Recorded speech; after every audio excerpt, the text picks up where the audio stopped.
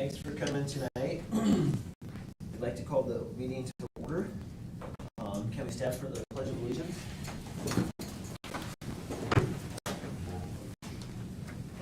I pledge allegiance to the flag of the United States of America and to the republic for which it stands, one nation, under God, indivisible, with liberty and justice for all. We have a motion to go into executive session according to Idaho Code Section 74-206. I'll make that motion. Do we have a second? I'll second. All in favor? Aye. Kim? Aye. Aye. Okay, we're in executive session. We'll be back in a second.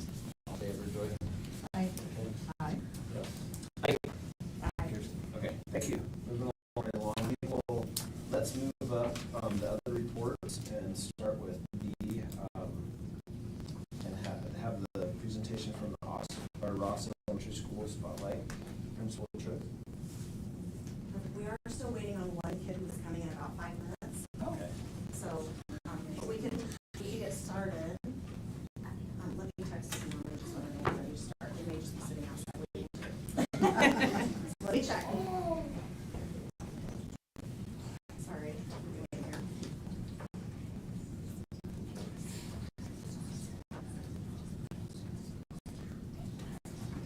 So I can get started though, and then he's not in the very first group, so we might need to like do the group home before we do Colton's home. Okay? Oh yes! Yes! In the nick of time! Well, that was perfect timing, wasn't it, everybody? Yeah. That was perfect. Okay, so I gotta get one quick group picture. Now that everyone's here, ready? Ready, Ross? 1, 2, 3. Okay, perfect. All right, so am I standing in the right place? I'm gonna move right over here. Okay, so welcome. Thank you for welcoming us. So I'm Michelle Tripp. I'm the principal at Ross, and this awesome group of people is 13 of our 12 actually of our student leaders at Ross Elementary. They're all 5th graders, and you're going to see that they have some amazing talents to share with you today. They're just a spectacular group of kids. So I wanted to take just a second to highlight. Hey guys, am I speaking loudly and slowly enough? Yeah. Good, thank you. We practiced a lot together, so we got to get it right. Okay, so Avid at Ross. Just wanted to share a little bit about what we're doing with Avid that these kids are here representing today. And so Avid has been a 4-year journey at Ross. And in April of this year, we're doing a community showcase of our Avid, which is like a practice run for our November start of next year, in the fall of next year, actually doing a nationwide showcase. So we've been selected as one of the Avid showcase schools for the whole nation. And so we'll have schools from all around coming and visiting our school to see what we're doing with Avid. So we wanted to invite you to our practice showcase in April. And I'll get invites out soon as we have the time and the date ironed out, that you'd be welcome to come and see some of the stuff we do in action. And we'll have a family event that same day that we do the Avid, so that families can come and be a part of that showcase as well. So we're excited about that. Roll it. Okay, so one thing about Avid that we wanted to highlight today was WICOR strategies. It's a very weird word, right? So guys, what does the W stand for? Writing. What does the I stand for? Inquiry. What does inquiry mean? Question. It means like asking questions. You were listening. Yeah, inquiry means students asking questions and us solving problems in question form together at school. C stands for? Collaboration. Right. O stands for? Organization. And R stands for? Reading. Okay, so our goal is that every single classroom, every single day, embeds these practices into our rooms. And we do it in a lot of different ways, and these kids are a testament to that, right?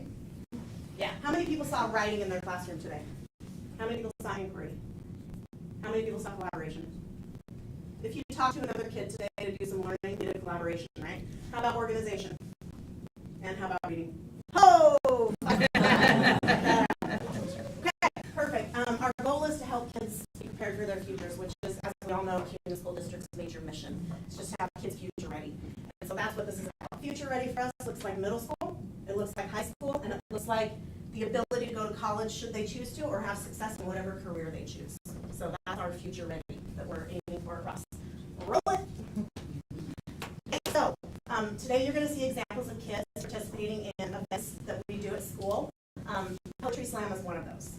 So Mrs. Rasmussen will talk more about that in just a second. Poetry Slam is writing, collaboration, and reading for the WICOR strategies that match that.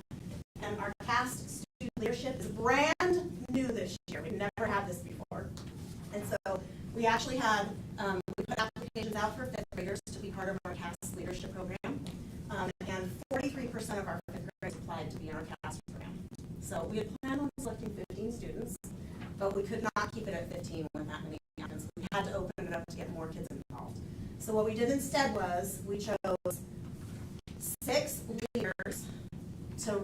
student leaders, which you'll hear from today, to run 3 different groups of 10 kids each. So basically we have committees and subcommittees, right? Which I think is a great way to get these kids future ready, right? So those kids work through using writing, inquiry, collaboration, and organization. They are doing great projects to make our school a better place, which they will tell you a lot more about when I'm done talking, which is exactly now. Flip to the next slide, and we'll turn the time over to Ms. Rasmussen for just a second, and then we're going to turn it over to the kids to do their thing. Thank you. I am so happy to be here. I am so happy to be here to show off some of our kids to you guys and their hard work. I am Mrs. Rasmussen. I get the privilege of being being the librarian at Ross as well as one of the WIN leaders. And so my WIN group every year in 5th grade gets to do a poetry slam. I start out by explaining what a poetry slam is to them and giving them some examples. And then I kind of turn it over to them. There's a little bit of a process that happens with it. It starts out, first of all, I let them choose whether they're going to write and perform a poem by themselves, or if they want a partner, or if they would like to do a group. Once they figure that out, we go into the writing process of it.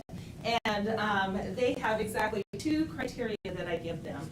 One of them is that the poem has to mean something to them. It has to be something they are passionate about, something that they feel deeply about, and that's what they choose to write. So they decide what it is they're going to write about. They start the writing process. It's fun during that part. The kids just are zoned in, and they're just working so hard.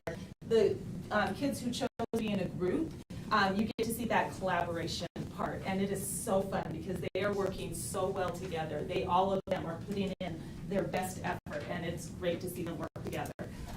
After we get through the writing process, we talk about how in a poetry slam, the content of the poem is very, very important. The other side of that is the presentation of the poem, so we need to practice. And the way we do that is they have partners, and they either go, like some of the individual kids will go with another individual kid, groups will go with another group, and they practice in front of each other, and we really work hard. We talk a lot about how to give and how to receive feedback and use that feedback to improve, and it was really fun to watch that process as well. I also get to do that with them. After they get done with the practicing part, we schedule the first preliminary poetry slam where everybody in the class who wrote a poem gets to perform that poem. And they do it in front of the whole class as well as me. The rest of the class is their panel of judges. They have a little sheet that they fill out that has a criteria that both looks at the content of the poem and then also the presentation part of it. And they judge them. The class's score counts for about 50% of the score, and then mine counts for the other 50%. And we average them all together, and we came out with 8 finalists, which was hard because we really were only supposed to have 6 finalists, but they were really good. So we added a couple more. And then we got to do the big final poetry slam, and it was really funny this year because it fell on the day after the snow day. So they had to come in cold. We were going to practice the day before, but they did amazing. We had a panel of judges, adults in our school that came, including our principal, and they listened to these kids, and then they had the hard task of choosing 3 of the top poems, and those are the ones that you are going to have the privilege of listening to today. I get a little emotional at this part because I'm really proud of them, and they worked so hard. And the thing that is just so amazing, and what the panel of judges saw, was these kids wrote these poems themselves. This is from their heart. This is their thoughts and what they feel. And so I'm super proud of them, and I would love to present our poetry slam winners. I do have copies of the poems if you guys would like to look at them as we go. I have, this is the first one you guys will listen to. There's 5 copies. You would mind passing. This is the second one. And this is Take it and pass it down. yes, that's where.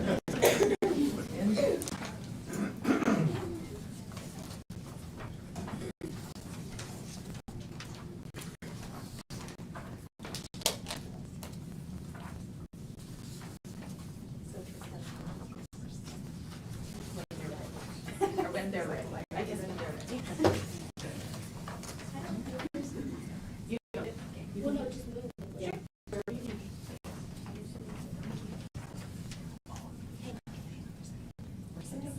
Yep. You guys care about that.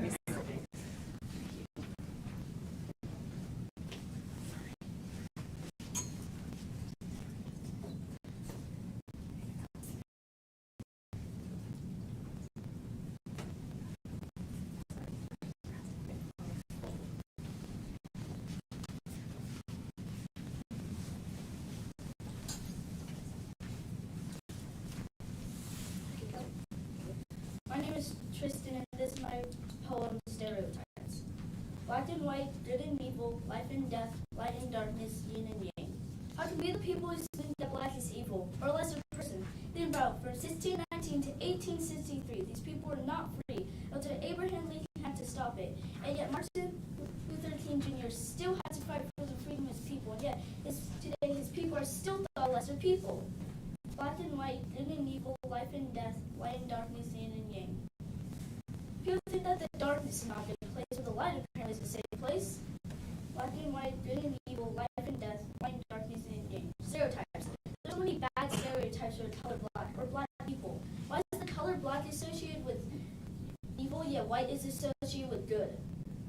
Black and white, good and evil, life and death, light and darkness, yin and yang.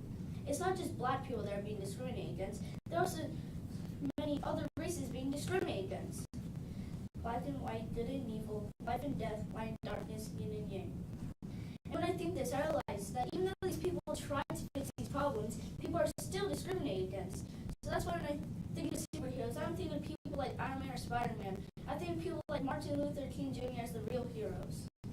Black and white, good and evil, life and death, light and darkness, yin and yang.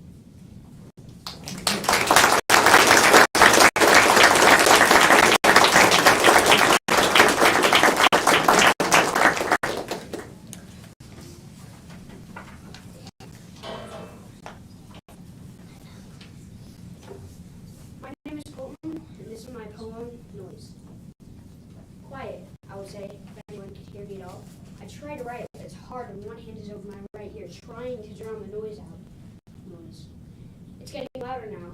The noise is flooding through the room, sifting through the vents, squeezing out the windows, threatens to eat me up and leave my paper on my desk, unfinished. I can imagine everyone wondering where I've gone. Wondering. I want to scream, but I can't over all the noise. The noise. My test won't finish itself. I pick up my pencil, but there's too many distractions around me. There's only one more question left. I'm close, but I can't read. It's too loud. There's too much noise. I tap the person next to me in hopes to quiet them down. Excuse me, I say. She doesn't hear me over all the noise. Noise. I cover my ears and wait for the noise monster to gobble me up. Noise. Wait, I have an idea. I raise my hand. My teacher walks over. Can I work in the hall? I ask. She says yes. I sprint like a cheetah out of the room, safe at last. Now I can finally finish my test quietly. The room sounds so silent, so peaceful.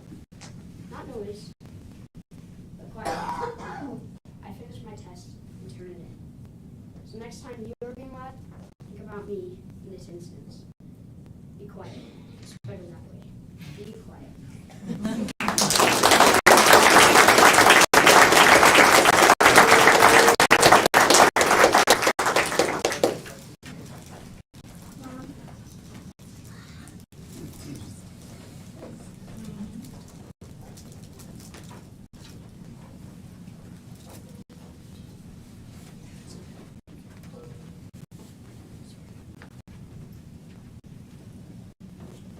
I'm Luke. I'm Caleb. I'm Wyatt. I'm Liam. I'm Charles. We present Technology Crisis. Technology, new sticking stone. The TV, paralyzed the brain like a tongue stuck to a frozen pole. Drunk moves through the brain like a hand trying to slap my face. Don't flip it down, I don't have the time to stare into nothing. When I think of the TV, I think of cleaning. The phone, a new plaything. With all this on the phone, did you forget about the chum bum maybe an ice cream cone? Screen is so small as to look like a magnifying glass to them all. But in case sometimes being slippery, I'll never get epiphanies. The tablet, a smaller TV, is so big it might even be a pig. It gets so bright because you call it a mite. It's over the size of my head. I can't even make it to bed. A computer, the newest brain. It's mostly used for games, so I can't get a great game. And even Google's a huge Google and Bing just things out of my mind. Microsoft? I don't even know what crop. Measureless games. Remember the one we did clams. Console control. Our seasonal plays. Mexican pace. The kids getting tied in shoelace. Why don't you go, speaking of keyboard pace, why don't you go do a race or make a base? Tell a joke, make the pun, then go to your friend's house and have some fun. That's it. This is done. After this, go get some sun.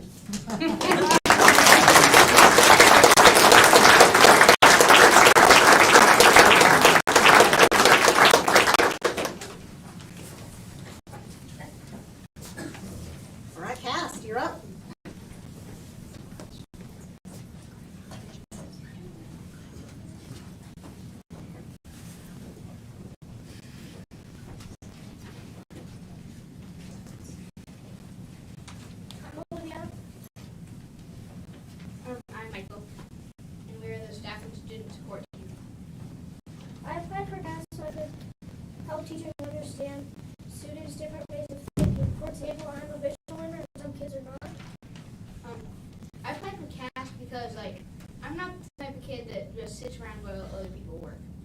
Let's say there's a gigantic fundraiser. I'm not going to give them a penny and say, oh yeah, I'm done.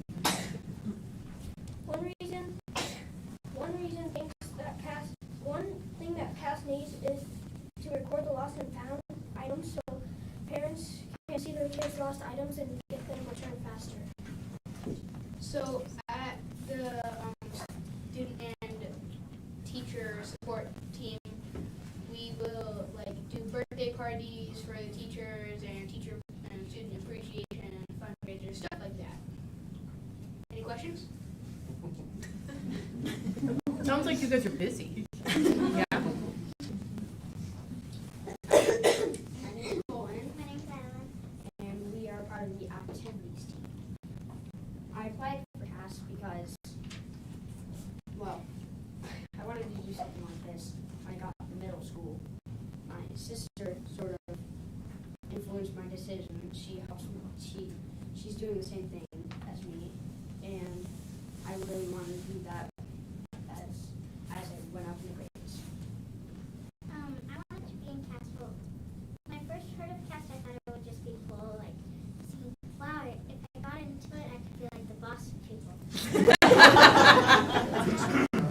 that I'm in CAS, it's a whole lot more. It's where you can help other people that need more help, and you can do more stuff that other kids might not be able to.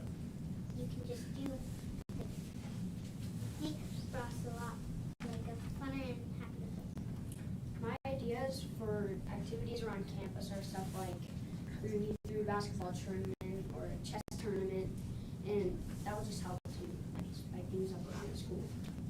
Some of my ideas, and I got this from a girl in my class named Kuna. She heard that some people call the trees in our playground buddy trees. So she thought it would be fun to do a whole little buddy bunches in between them. I know I'm not really in the whole little team for that, but I thought it would be a good idea.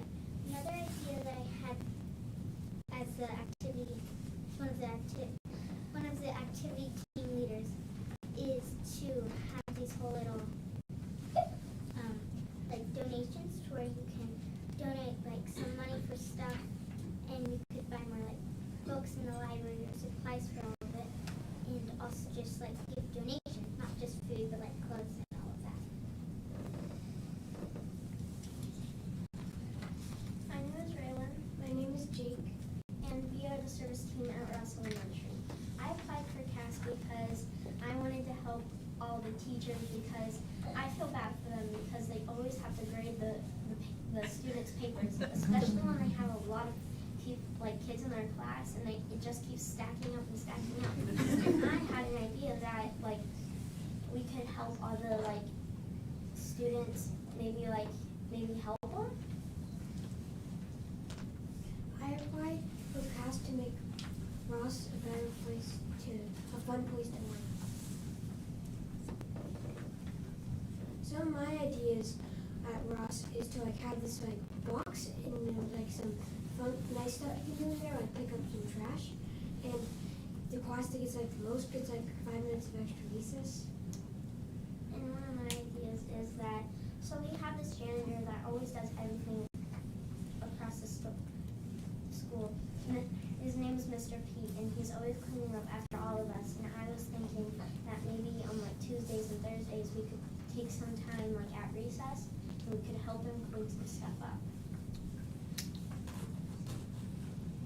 So do you guys have any questions for our cast leaders? I do not have any questions, but I do have a comment. We are in good hands. Nice job, you guys. What you're thinking of, your creativity, your poems, what you're doing is amazing. I hope you continue to do that as you go up in the Kuna School District. It is wonderful. I just celebrate you. I mean, I feel like anyone can watch these kids and our future is in good hands. Yeah. It is. Don't you think? Yeah. This is the future, guys. Yeah. It's powerful. Thank you for leading at your school. And I heard you guys they're doing like a, what do I wanna say, arm wrestling contest, is that, yeah, that sounded like fun. I was like, well, that's a great idea. So I don't know who came up with that idea, but I thought that was a great idea. That was one of our fourth graders, actually. Oh, Yeah. fourth graders. I teach fourth grade, of course it was a fourth grade. Makes sense to me. All right, we're done. Take a bow. Thank you.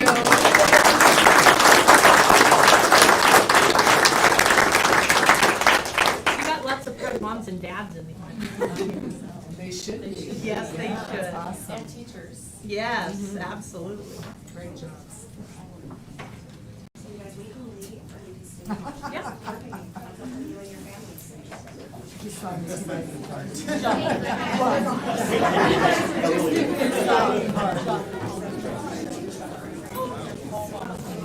It was awesome. That was a great job. That was great. Good job. Yeah. Very good. I'm sorry.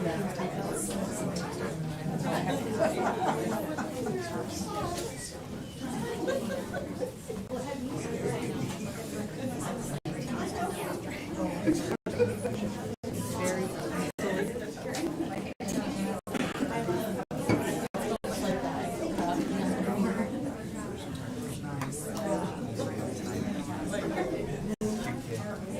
Yeah. And their parents, I just, you can tell which parents, because they're just like.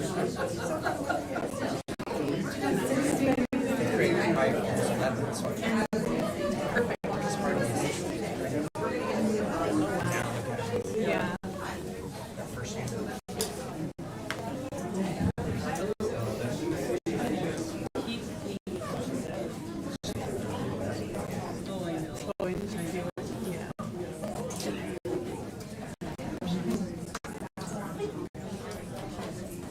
Okay, let's, when we do the update data on the volunteer capital mitigation fee for the Kuna school district with the video. Sure. Oh, Dee? Got it.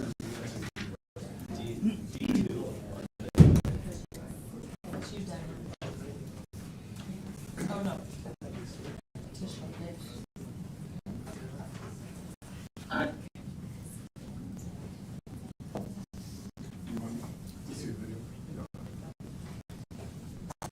Hi, everyone. I'm Colin McQueen. Thank you to the board for allowing me to present our findings of the voluntary capital mitigation fee. Unfortunately, I'm also presenting at another public meeting out of state, so I was not able to make tonight's meeting. Thank you for your flexibility, allowing us to record this. I will be available next board meeting to answer any questions. I will be sharing my slides here to go through the study, analysis, and results. So a little bit more background about Tischler Price Kuna. We're an industry leader in impact fees and other infrastructure financing strategies. We're also a leader in fiscal and economic impact analysis. We help communities with capital improvement planning, infrastructure financing strategies, and also real estate and market feasibility. You're seeing here just a brief sample of our Idaho experience. If it had all of our current and previous clients, this figure would be full of red stars. Also, although we are not able to collect an impact fee for school infrastructure in Idaho, there are states where that is available to our communities, and you're getting a sense here of the Tischler Price national experience when it comes to school capital revenue.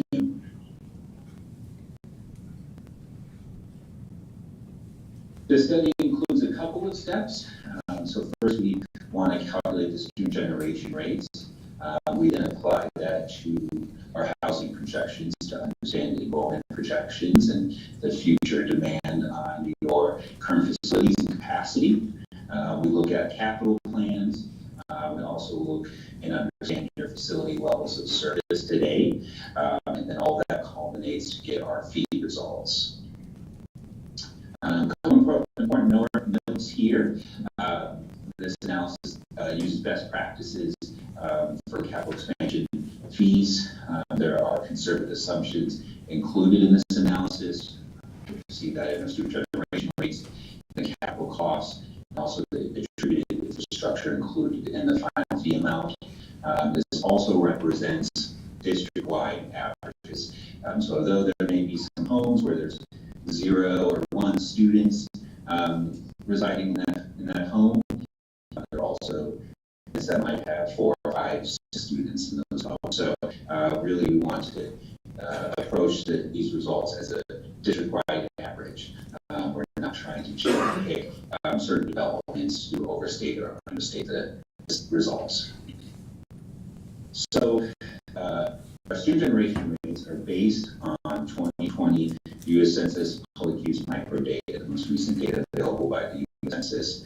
That is collected through phone interviews. The survey area that we are using here includes the city of Kuna, the southern portions of Ada County, and also the southern sections of the city of Boise. So I would imagine this might be understating the student generation results for the Kuna School District because of the demographics differences between the city of Kuna and the city of Boise. We also exclude pre-K students and homeschool and private school students in this analysis. The results of that shown in the figure here. Overall, a single-family unit generates on average 0.513 students. In a multifamily, the unit generates 0.435 students on average, and we bifurcate those two to really capture the demand and the differences from single-family development compared to multifamily development.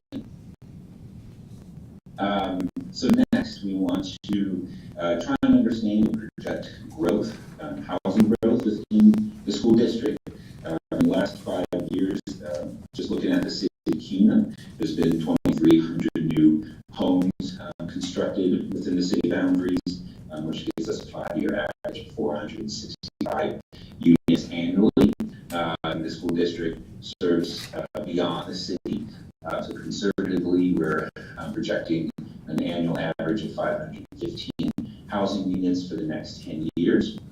And that represents a total of 65% of the overall unplatted yet unbuilt lots in the district. So again, really taking a conservative approach here, trying to understand the markets in national and macro market elements that might fluctuate housing growth here.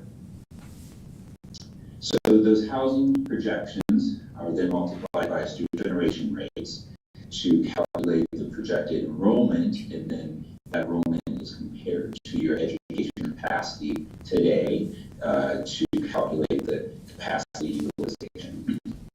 So on the left is our elementary schools. So the capacity is 2,636. Our current enrollment is 2,614. So we're nearing 100% capacity. And based on our projections, within 1 year, we're going to exceed 100% and get to 104. And through the next 10 years, we're going to hit 144% of capacity without any new school expansions. On the middle school side, the capacity utilization today is 85%. We're going to hit and exceed the utilization, 100% utilization in year 4, and within 10 years without any capital expansions and new seats for middle school students, we're going to hit 38% over the current capacity. At the high school level, we're just about at 100%, and going to exceed that in the next year, and within the next 10 years, we're going to be 43% over our capacity we have today. To accommodate those future growths, we have a capital plan here, which staff and the board, I'm sure, are well aware of. And this is phase 1 here. So we have a new elementary school, a couple renovations and additions at our middle schools, Swan Falls High, expansion and addition. There's a need for a new bus facility, also adjustments for our inflation. So within the phase one plan, there's $111 million of capital need. Those projects filter into our calculation when we are trying to understand local construction costs for new schools. We have the new elementary school with inflation is estimated to cost $31 million. And there's a plan for 70,000 square feet. So we get $443 per square foot on average. For the high school expansion, the total with inflation is $52 million. That expansion is going to total 112,000 square feet. So we get an average of $468 per square foot. There are middle school capital plans, but those do include renovations, which end up increasing that cost per square foot. So instead of using that inflated number that includes renovations, we're using a weighted average between the elementary and high school cost to get $458 per square foot for the middle school construction. So the facility level of service for elementary schools is calculated by totaling the building square footage, the acreage, and comparing that to our current enrollment and our capacity of those schools. So as of today, there's 317,000 square feet of elementary school space. And that's on 127 acres of land. Our current enrollment as of December 5th is 2,614. And the current education capacity is 2,636 seats. Note here that education capacity allows for our general education, but also special program classrooms. At the bottom of the figure, you're seeing two facility levels of service. So the first one is building square footage compared to enrollment. The second is building square footage compared to our capacity. In this case, taking a conservative approach, we recommend doing the second here, that's shaded in green, to really just capture the ultimate level of service that is going to be provided into the future, and that being 100% utilization. And at that 100% utilization, that's typically the planning and operations are assessed at the 100% capacity. So that gets us 120 square feet per student and 0.048 acres per student for elementary schools. At two middle schools, there's 192,000 square feet and 37 acres of land. Our current enrollment total is 1,323, and our current capacity is up in 1,559. Those two, again, are compared to the inventory of the two middle schools. And at the capacity level of service, we calculate 123 square feet per student and 0.024 acres of land per student. High school, we have 282,000 square feet of school space and 110 acres of land. That is compared to the current enrollment and capacity at the bottom here to get us 152 square feet of school space per student and 0.06 acres of land per student. So we ran through the student generation rates, the facility level of service, and the capital costs, and that all comes together in one calculation to get our capacity fee. And that is shown here. So you have your student generation rates on top, the levels of service and construction costs at the bottom, and then the max supportable fee amounts are at the very bottom here. So you can see this. Take elementary, for example. We have the current level of service of 120 square feet per student. The average cost to construct an elementary school is $443 per square foot. So that gets us $53,000 per student, their share of that new school. That's also done for the land component here. So we have 0.048 acres per student. Based on our recent work in the city of Kuna, Kuna, the average cost for land is $100,000 per acre, so that gets us $4,800. Summing those two totals up, we get a grand total of $58,000 for elementary student, the capital cost per elementary student. For middle school, it's about $58,000 as well, and then for high school, $77,000 per student. Now, those large numbers are then applied to our student generation rates to understand the demand coming from single-family and multifamily development. At the bottom, you're seeing a total for single-family being $32,863, about $33,000 per single-family unit. And on the multifamily side, since they have slightly less students being generated, their total is about $31,000 per unit. Now, again, this represents the total capital cost of single-family and multifamily development. What you're seeing here in this figure is the proposed amount for the voluntary capital mitigation fee.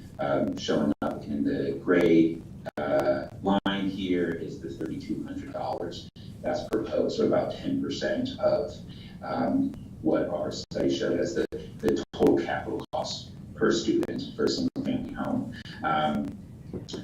What really you're seeing here in the figure, though, is all the other jurisdictions' one-time capital fees on residential development. So you have Ada County Highway District, their current impact fee on a single family home is $35,000 per unit. City of Kuna has impact fees for police and parks, which total $2,875 per single family unit. There's a fire impact fee of about $1,800.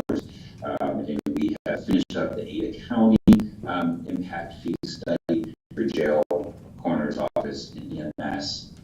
And that has been approved by the advisory committee, but has yet to be presented to the commissioners. But if approved and charged within the city of Kuna and the development there, that would be $1,000 per unit. So in total, our one-time tax for the capital fees would be about $12,300 within the city of Kuna, and the proposed amount for the city school district would get us to 26% of that at one time fee for a single family unit. So as I mentioned, I will be available to answer further questions next board meeting. I'll also be preparing a final report to provide some further detail in the analysis. Thank you for your time. Thank you. Any discussion on I need to digest it a little bit, Yeah. but is it just the town that he's talking about in southern Boise area, or is it the Canyon area, or and maybe I need to educate myself here. Yeah, I think he was using that information primarily in Ada County to get a broader concept, because I remember him talking about a certain multiplier, a certain number of people that needed to be within the total impact area to be able to apply the math that he did to the formulas. So just to give you context, and probably everybody in the audience too, as you know, as we've tried to volunteer mitigation from developers as in our community, the board has kind of set 10% of the total impact from the study prior, and our community relations kind of work that Danielle has been doing with developers, they continue to question the information and the data that we have. So it's pretty darn close to the last study that we have. So the numbers are kind of speaking for themselves. Like Colin said when he met with us, the real impact is that $32,000, but the board has said 10% of that. So I think it was reinforcing to those of us who are working on this that we're in the ballpark, regardless of what people may not like to hear. So would you add anything to that? Sure, just that a lot of folks who question the data would like to use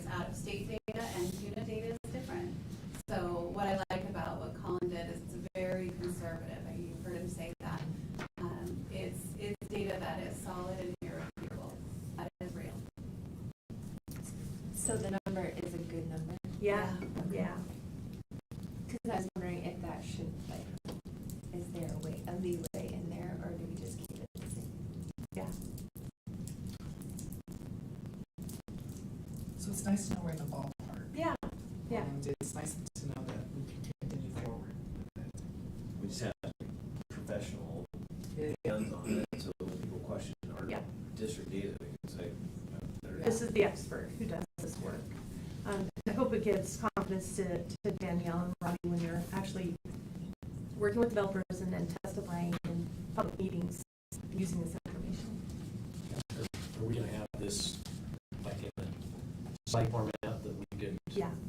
present and make part of the city council packet so that we can present that evidence or have that evidence in? Absolutely. When is the next city council lineup? Next Hmm. Tuesday? Yeah. Okay, Thank you. thank you. I'm sorry, I'm gonna have to leave early today. My daughter has a basketball game here in a little bit. Can we move to new business? Item 1, reorganization of the board of trustees. The action item here. Any discussion? What are we doing? We're moving to new business. I see that. H1. So we have to elect a new chairperson and vice chair. It's the first one. Yeah, first. Yeah. Should we make a motion that we elect J.B. Grant as the board chairman? Yeah, I'll second that. All in favor? Aye. Russ? Hey, Aye. Aye. Motion carries. Thank you. I make a motion that we elect Joy Thomas as our vice chairperson. We have a second. yeah, I'll second that one as well. All in favor, Kirsty? Aye. Yes. Aye. Ken? Aye. Aye. Motion carries. Okay. We have a motion to appoint Amira Feather as the district treasurer. I'll make that motion. I'll second. All in favor, Kirsty? Aye. Yes. Aye. Ken? Aye. Joy? Aye. Motion carries. Thank you. I make a motion that we appoint Dan Brady as district clerk. I probably slaughtered your last name, but okay. All in, second. All in favor? Aye. Aye. Aye. Joy? Aye. Motion carries, thank you. Okay, review and sign the KSD and Idaho School Board Association Code of Ethics and Policy. We'll get it printed. Okay. I'll be glad to sign. We all just need to sign. Yeah. Just sign it. We can have it next. Okay, thank you. Sorry that I have to cut it out, I do want to stay. I'm gonna move back to the celebrations and communications. Vice Chair, can you take it? Aye. All right, thank you. Please excuse me. I'm Joe Kuna. Yeah. Go, Lady Kate. Better sign it. Yeah, Thank you. so it works. So let's go back to the celebrations. Superintendent Johnson, would you like to do the communications? Yeah, briefly, I have a communication that was sent to the board about the urban renewal district that the city has established. There's a complete packet of information there that I will have available if you would like. And the letter was just copied. They've been in communication prior to us about this urban renewal district that they've set up. And then I believe there's something from Hubbard Elementary. As a current celebration, we want to celebrate our board members. It's National Board Month, so we have a few posters from our students and a few things to say to thank you guys. One is thank you for being supportive. You guys have shown up every month and throughout the time, and you've supported technology updates for us. Another time is you're very sincere. You've gone from learning about students to learning about City Hall today, and you have a lot more. But you're very sincere, and you come and listen, and you ask questions. So thank you for your dedication. A big one that we like to focus on is students first. You've supported Avid, you've supported our students coming every day during the pandemic, and you helped keep our doors open. So thank you for that. And the last thing we want to say thank you for is your future ready focus. You've been able to be one of the first people to adopt and let our kindergartens come every day for free. And we've seen a huge impact of that. So just a huge thank you from Hubbard, but this is from parents and staff that we've asked. So just a huge thank you from Hubbard, but it's from the whole district. A lot of us recognize the time that you guys give us. So just thank you for your time and efforts for us. Thank you, thank you. I'm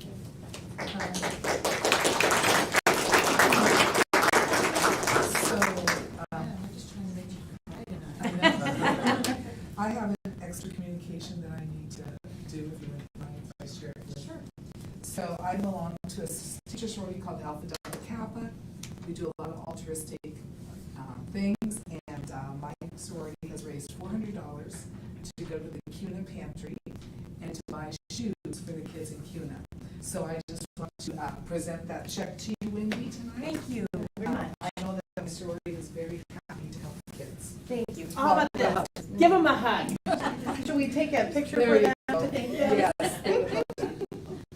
Thank you. I learned how to pose really well for pictures for the FFA. They do a good job of that. Okay, so now we can move to our Kuna Way. Vice Chairman and trustees, I'm going to real quickly run through this. I think I have the control of them. Every month, we celebrate amazing people. And, you know, it started with just getting a few submissions every month, and we are on fire with the great things that are happening in our district. So just going to quickly go through here. We will also highlight them through our social media outlets. So we got a Fremont Middle School team, Matt Beers at Crimson Point, our district support transportation, Rock Noy, who's one of our mechanics. Christy Hall is a longtime teacher at Reed Elementary. Reed Elementary, again, Mary Sue Messenger. Our teams have really gone above and beyond working without some positions filled. Jessica LaFleur from Kuna Middle School, I hope I pronounced that correctly. Tila Stewart from Transportation. Carrie Sparks from Kuna Middle School. And then Special Education Preschool, Brenna Erickson, who's just a delightful, smiley friend to all those little ones when they walk in. Debbie Ryan from Crimson Point. And we got Crimson Point again, Darcy Adams, who did some really significant training for some of our special ed staff just on Monday. That's a quick run through of some amazing people. Thank you.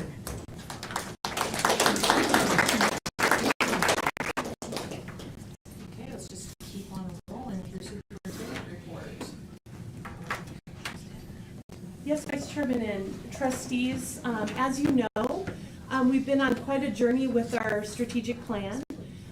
We started this work, gosh, almost 5 years ago with a very involved committee. Trustee Nixon was the board representative on that plan. And you adopted the official plan in May, and we started going to work in the fall to kind of flesh out what does that mean? All the things that we said, how does it translate into action to help students meet our vision and mission? So I can control this too. Thank you for reminding me. I won't go through all of this because this is all a part of our original adoption of the plan, but kind of like why we exist, what we stand for, and where we're heading, just to review that, and then what we hope for in the next 5 years as we work on this plan, the result for our children and our system. And then the one big guidepost that we adopted in our plan that everyone had agreement on was what are we aiming for? And you heard a little bit of that tonight from the reference of Future Ready and trying to define what that means for Kuna, for our community. And we talked about data that we want to collect of things that are good previews to help kids be ready during high school and then after high school.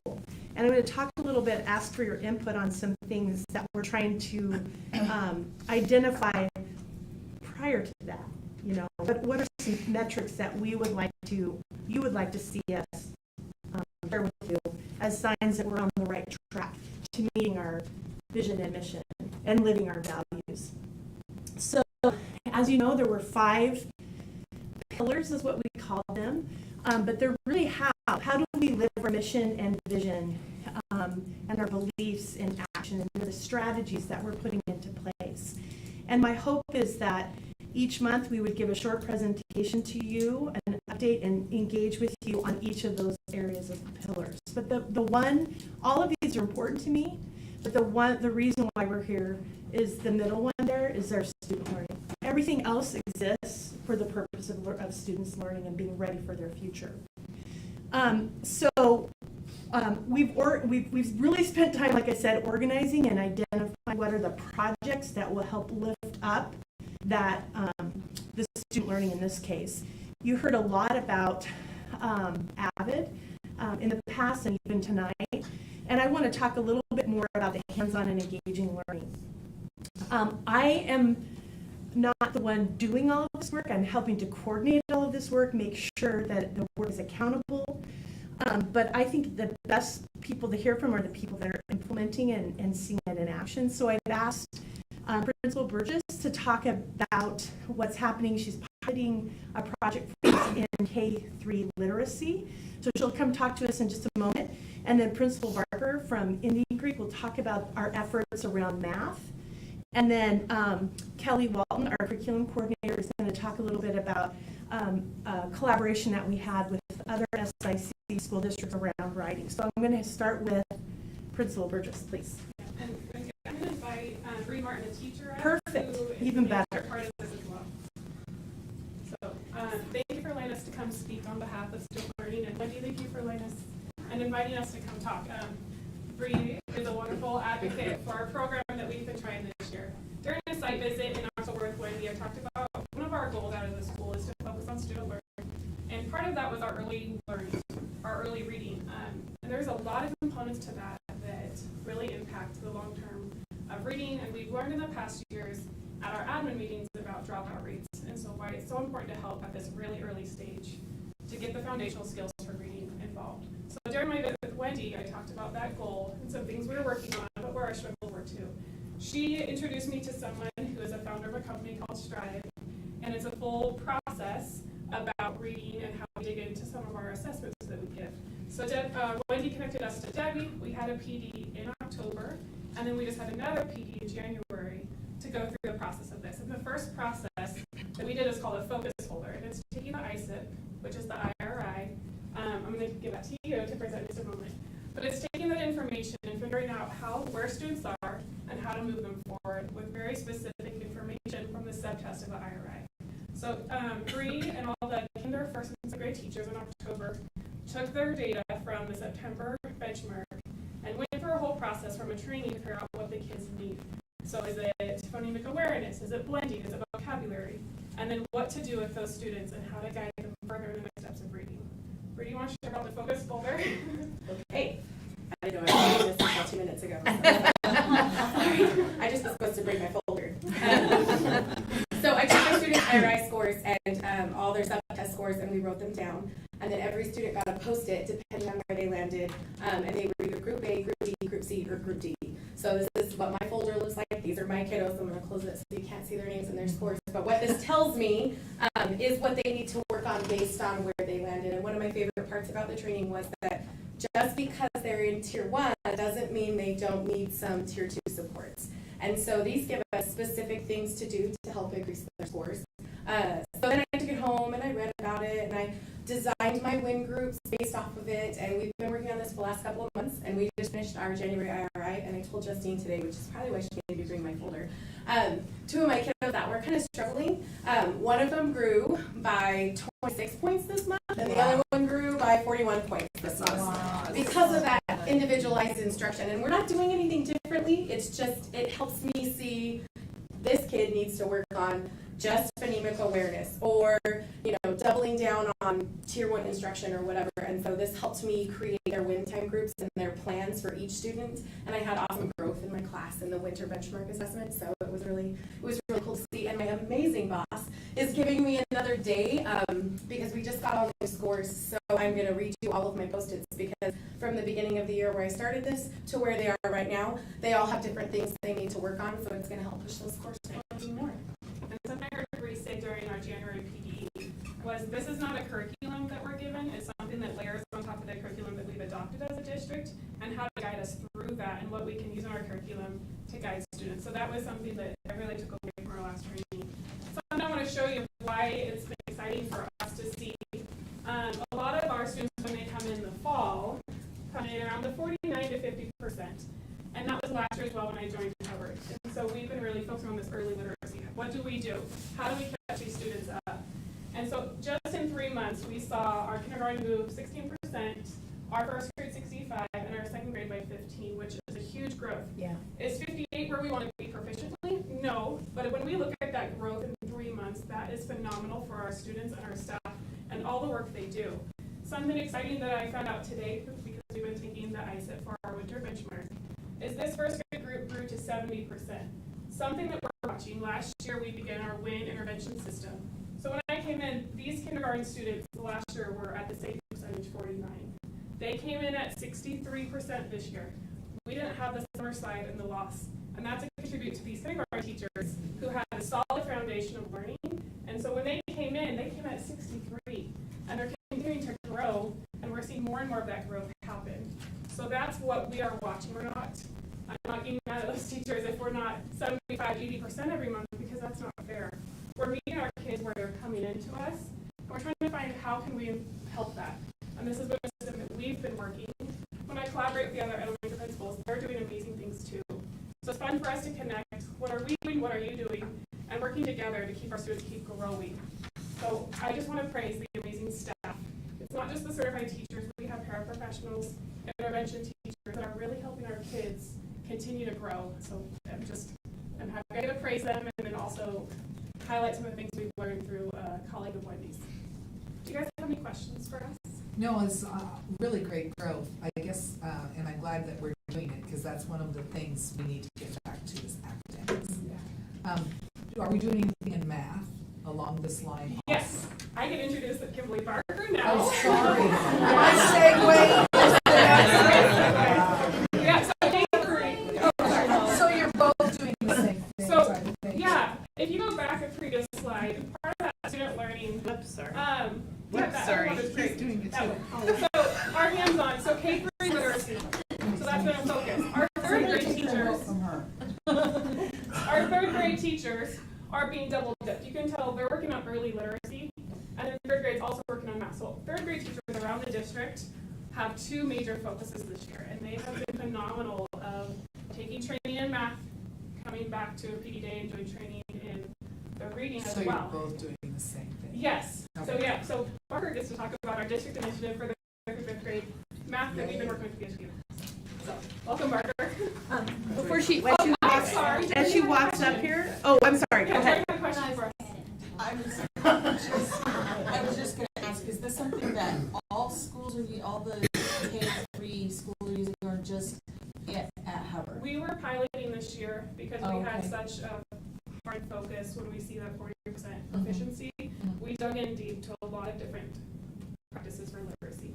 So it's something that we've been working through, and I've been sharing with Wendy the pros and things that the teachers are recognizing, things that maybe we've already are doing in our district, and things that are new to us and what we're learning through just a simple thing of the focus folder or the activity. So I will defer to Wendy for long-term plans, but she's going to help us lead this because we're seeing results. Right. That's what we want to see. Yeah. We want to make sure that we're using that in our schools. Yep. All right. Thank you. Thank you, Bree, for being volunteers. Just so you know, I do much better talking in front of kids than so. I know. So I was, Wendy asked us to talk through just kind of the things that we've been working on in math, and I volunteered, I think, to represent for all of our elementaries. So starting in August, we partnered with Emily Lucky and the Boise State math project that they've been working on. And she came in August and presented to all of our 3rd through 5th grade teachers district-wide. We all met in the K-PAC, and she presented to all of us some trainings. And then we have continued that each month, continuing those trainings about 2 hours, and then every PD day is dedicated to that. We are focusing on a framework, and there's the EAC, which talks about the instructional strategies that a teacher can use in their math instruction, and focuses in on those 4 areas of things. It talks about the routines, the practices, and how to to outline their lesson plans to make sure each of those things are in there. She's also been referencing our curriculum to make sure that we're taking what we already have in place and applying it to the framework and just making sure that instruction continues within that framework, not necessarily taking, like Justine said with theirs, it's not replacing our curriculum, but it's just supporting that and putting it into a framework. We've also been talking about SOC, which is that student struggle, and making sure that we're using that time to have students have opportunity to be exposed to math in their everyday world, but also to struggle through it and not always just giving them strategies or the answers, but facilitating that learning as a group instead of just teacher-led and students kind of taking in the information. Each month, like I said, we have been working through that. Our principals, actually all of us, have been able to observe with our instructional coach and Emily Lucky, every one of our teachers from 3rd grade through 5th grade. I only have 3rd grade, so I've only done 3rd grade, but everybody else has been able to go and observe everybody's rooms within that framework and giving feedback to the teachers as well as feedback from Emily and our instructional coaches to help guide that instruction. And then we've also been part of our own trainings on our district level for that math training so we can help guide it and support it in our buildings. I feel like there was more I was going to say. No, that you did great. Do you have any scores on our math to see? Oh, that was what I was going to say. That was the other piece. Yes. So Good. we actually are currently, sorry. I knew there was somewhere. Yes, so our benchmark testing is happening right now, and so we actually won't have any scores until the 1st of February. That's when our window actually opened last week, and it will close at the end of the month. I do know that personally within my own building, I've seen a huge change just in conversations about math instruction. It's been really in the PD days to see 3rd through 5th grade teachers district-wide having common conversations about curriculum instruction out, because there was several teachers who were like, hey, we did this problem, what did you guys see when you did it with your kids? And there are actually district-wide conversations about student learning, not just their instruction. It was really neat. I don't know if I think all the other principals kind of witnessed the same thing, but we've talked about having common conversations, common language, and a common framework is helping tremendously, and then all of us being able to observe and give feedback in those same areas helps support teachers as well as that student learning. Is your school doing iStation then for reading and math? We only are doing reading currently. Only reading? We have iReady for math and Ready Math. Are you doing iReady then for math? Yeah, so we'll have our actual benchmark with that is right now, and then they do have diagnostics and growth monitoring. One of the things I heard is that your school has really made, by using that, has made quite a bit of growth last year. Is that correct? My school specifically, yes. or district, right? No, your school. I would say we have made some really good growth both in literacy and math over the last few months. Our school has been working on math specifically for about 3 years, pretty intensely. We're actually, I know we always talk about this, we've got math and literacy, and we're trying to focus on all things, but we've had a really big main focus on math, and we are seeing great growth. That's what I heard, some really large growth. So I thought that was exciting, and something to share maybe with other schools too. Yeah, yeah, and I think when we're looking at it district-wide, we are all having really similar growth. We all are starting in different areas, proficiencies to begin with, but the growth amount is huge. So, which is neat. It's neat to see that's what we can do with the kids when we have them. Sometimes they come to us at a level we're not. Right. I love the continuity idea too. I Yes. think it's very important for a district to be using continuity. And I think Wendy, because I think several of us were like, oh, are we sure we want to You were angry at me. It's okay. Well, I can see that. It's kind of like when she introduced all day, everyday kindergarten, and we're like, are you sure you really want to do that? Have you thought about this? And every time it's been phenomenal. So I think her having the insight to contract with Emily Lucky and the Boise State program has helped tremendously, again, to create that district-wide conversations. We talked about it a lot. Back in the day, we had Carrie Cole and some different trainings that came, and just being able to have some commonalities helps. And we are noticing a lot of families are moving within our schools, right? And so having that continuity for students as well is really important. So, questions? You did great. Thank As you. Kelly comes up here, what I would just like to point out, Vice Chairman and trustees, is just throwing things inconsistently at just the teachers doesn't really work. We need a system of supports for all students. So the principals being able to, and administrators being able to talk the same language and expectations and sharing with one another. They're learning what they need to do to support it. teachers are learning what they need to do, teachers and staff, what they need to do to support, and then they're working together. So we're seeing that really well. I'm really appreciative. I think, did Kimberly leave? No, she's there, of our leaders for stepping up, working together. And we're working hard, but I hate the word working smarter, but we really are, because we're being a lot more intentional, because we're so focused on this. Yeah, I really like to see our scores go up. Yeah. compared to the other scores we have. So Agreed. Agreed. Thank you. And then Kelly Walton, who's been trying to help us figure out our writing. Yeah, so I Yeah. am here to kind of talk about writing, and I appreciate my other colleagues to share with you what the work that we're doing to support student learning. So I am going to talk about writing, but to talk about it, I have to kind of back up and give you some context and give you a little bit of history. So this should look familiar to Wendy. So in 2007, we kind of started this conversation like K-12, and it started with this, which is another thing attributed to Wendy, this narrative writing toolkit. So this really was an opportunity for K-12, a representative, grade level representative from K-12, to come together, and the idea was, let's all write to the same prompt, K-12. So we wrote about a small moment, and then we took that information and we identified an emerging, we had a rubric, the same criteria, but obviously a sophistication change from K to 12, and we identified an emerging paper, a proficient paper, and an advanced paper. And so the conversations really began there at a K-12 level about what does proficient look like, so that we could identify what that is. And then the next iteration, so we did that for a couple of years, and then there was a new iteration, and that iteration was something that we called quarterly writes. And so instead of writing this one time in April, we wrote every 9, and of course writing happened other times too, but we're talking about all of us doing the same thing.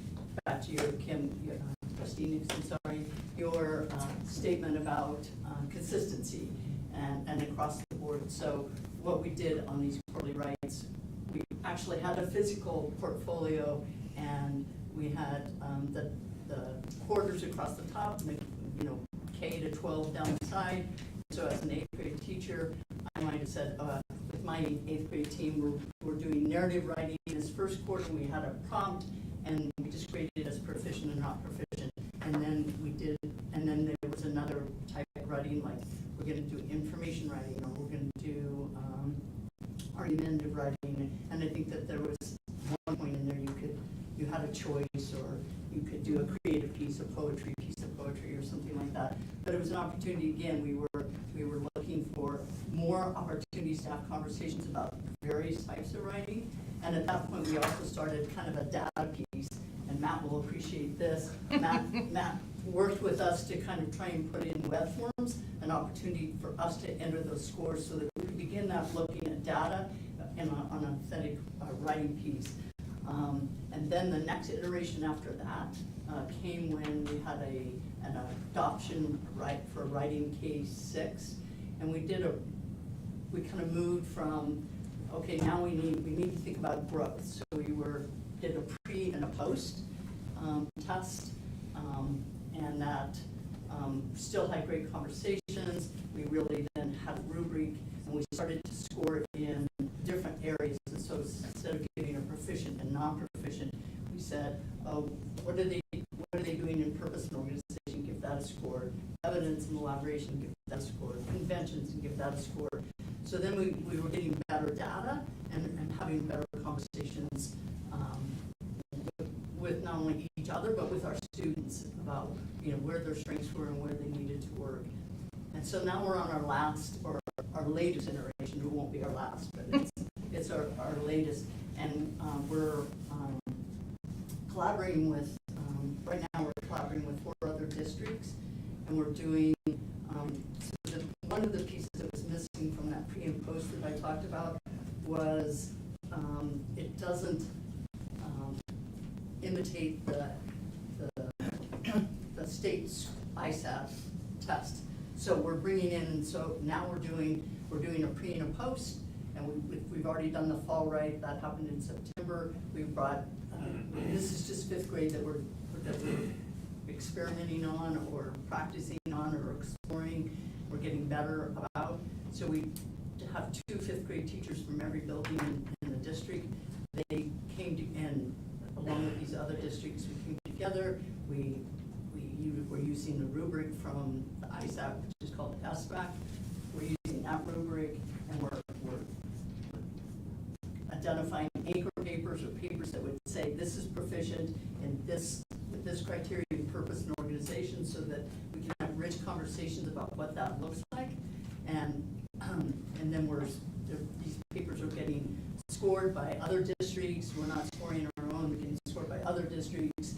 We're getting immediate feedback, so we're creating spreadsheets for teachers so that then they can have their students not only have their overall score, but they can sort like who is strong and proficient, in purpose and organization, and who wasn't, so I can do small groups, I can do different things. And then in February, so just around the corner, we'll do our spring right, I guess is what we're going to call it, and we'll be able to do a different prompt. Again, writing from sources, so they're reading an article, they're looking at maybe an infographic, multiple sources, and they're writing from them, which imitates the SBAC, and then they have this data. So the data is becoming more and more a part of the conversation, which then again feeds the conversation and feeds instruction. And so that's kind of what we're working on, and I think Wendy will maybe talk about like where else. So this is 5th grade. This is pretty labor intense to set up. It's taken a lot of time and we're working with other districts. So the question is, what are some key grade levels? Will we replicate this? Like, can we do it in, I don't know, we got grades 5, 7, and 9, for example. And then when we get a good picture of what it is, and at the same time, obviously, like the 5th grade, we're really, the instructional coaches have gone back with these 2 teachers and done a lot of PD that they're bringing in. Like one of the instructional coaches this morning was talking about how they had a K, the whole building had around this, the data that came back from the fall right, because they all contributed to it, they all lead up to it. So I don't know where we are, and you guys have questions about this process? Anything? Perfect. I feel like I should do a poetry slam.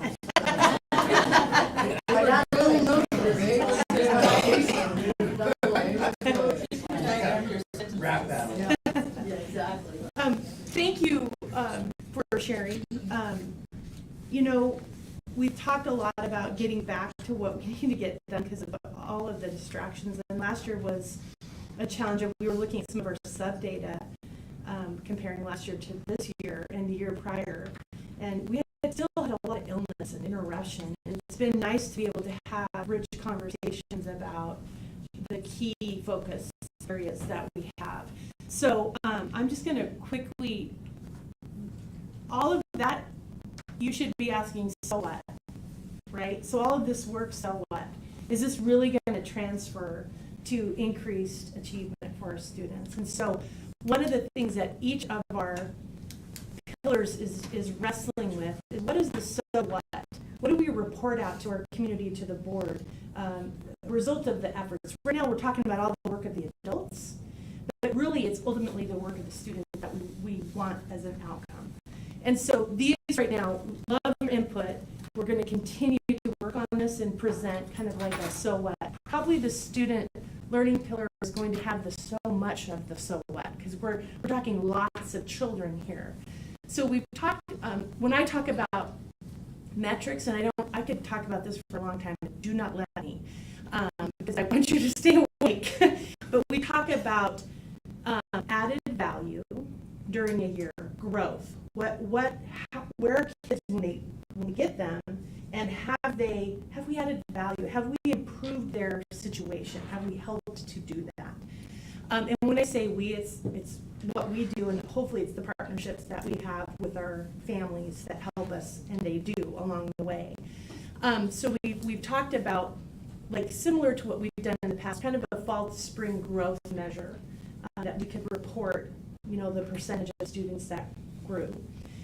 We've talked about a fall to spring iReady, which is our math assessment, and we're playing around with that because that's a lot of information to be able to share with you, whereas K3 is pretty doable. And then we've talked about what do we do with that writing assessment? Is it something that we shouldn't report, that we should let teachers and parents and students get their arms wrapped around, and rather we should really see the results in our ISAT? And I'm actually on the state's Accountability and Oversight Committee, and I am here to tell you, as my first year on that committee, we gather a lot of data, and a lot of data doesn't translate into action.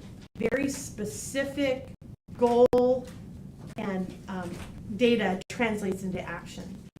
Just like Kelly said, they're looking at 5th grade writing, and it's impacting the whole system. But we have to have meaningful time to look at the data. And so we've spent a lot of time talking about that and still quite aren't there.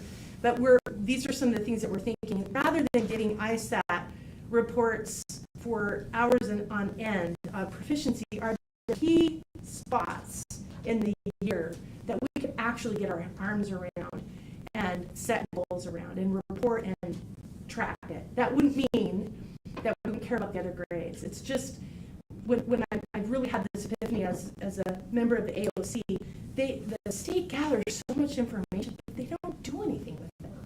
And it's very, I think it's unfair to the children and the parents and the teachers that are having to get all this information gathered when we don't use it for things. We don't use it for action. We really should collect information so we do things differently, or we're reinforced in what we're doing so that we continue to do the right things. So if you have ideas or thoughts, we'd love to know what you think. But our hope is that at the end of this year, we would come back to you and say, here's the data. And you would be able to say, I don't like that, change this. And then you'd have all the metrics that you're monitoring, me and our system, so that students are doing well, teachers are doing well, parents are doing good. You know, all of those pieces and parts of the pillars.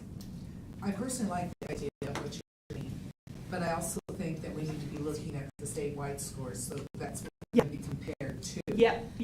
So my understanding of what you're saying is that we're going to take a look at what we need to do in Kuna, but we also continue to look at the other scores that will all be scored on the same, so that we can see whether that's growing or not growing, and so we can tweak what we're doing in Kuna. Absolutely. So I think we're on the right path. The consistency is really important, and I want to get back to academics. Me too. I'm really proud of our teams. They want to do that too. We've had a lot of distractions for the last 3 years, and we've really had to fight hard to keep talking about learning because of all of the things that are going on. And I want us not to have to fight hard to keep our focus there. So, you know, we have a bond, and so that's a little bit of a distraction right now too. So, thank you very much. But as a board member, I agree with Kim. Student learning, that's why we're here. For our kids to learn and be successful and grow into successful adults. Yeah. And so when we see things like this, it's good. Yeah. Thank you. It's those guys. Keep it. Thank you. Okay, we are now at facility use update, Director Graves. And this is a very, this will be very fast. In September, I was invited, I'm just doing that quickly, more about Parks and Rec that the Kuna School District provides for the city of Kuna. Remember we went through all the fields, all the gyms, all the use. We do have a facility rental agreement that is in time, and you guys asked for us to update. As we started to update that, we got our goals. We chose to start moving towards like 3 tiers instead of saying anyone who rents our facility pays a blanket $25. That's if you rent at Ross or if you rent Kuna High. If you're Kuna Youth or if you're Hoop Dreams club team at Boise, we found out our gym was free. It was a blanket, easy rental facility. So we've got a bunch of things updated and ready to go. I don't know who's my quick rattle. But as we got ready for this is that moment where you watch a really good movie and you know there's a part 2 and you're wondering, will that movie end? This movie won't end. It'll be a part 3 100%. I have to give you one more update because as we sat down, Assistant Superintendent Beckdahl, District Activities Director Wolf, the 3 of us who for the most part are on the same page, we could not agree on different things. We have to define our terms. What is a youth sport compared to what is a club team compared to what is a for-profit team? There's some old varsity coaches in the room, and it used to be kids played for their youth team or their town team, and then clubs were this very bad thing. Now we have to come back to our varsity coaches because the varsity coaches want our kids to play on club teams in Kuna so they don't leave Kuna and then ultimately don't go to Kuna because they joined up with the Hoop Dreams or this club or that club, and then all of a sudden now they're at Rocky instead of staying in Kuna. So we quickly found out that there, and our rule, it's always wanted to make one rule for all 16 varsity sports, and we quickly found out we couldn't land on that either. Wrestling doesn't have a youth team, they have Kuna club wrestling. Well, you hear the word club and they think, oh, we should charge those guys, they're making all this money. That is the youth team. Kuna has club volleyball, Kuna has club basketball, Kuna has club baseball, all within the town. But what happens if there's a bunch of Kuna kids playing for a Meridian club team? Should they get the same benefits? So we all couldn't agree. So we need help. We need to bring in a couple more people. We need to talk to our varsity coaches. We need to establish. We found out quickly that we thought we knew things, and there's deals. Our youth outdoor sports maybe pay, maybe they give us fertilizer, maybe they do work on the fields, but our indoor sports we're paying. And we thought they had free. KYSB does pay. So there's a bunch more work we need to do. We have to establish some kind of prioritized list. It makes, in our mind, more sense that our high school and our middle school sports get to use the facilities first, then is it our youth sports, then is it our which clubs. So we need that input from our varsity coaches.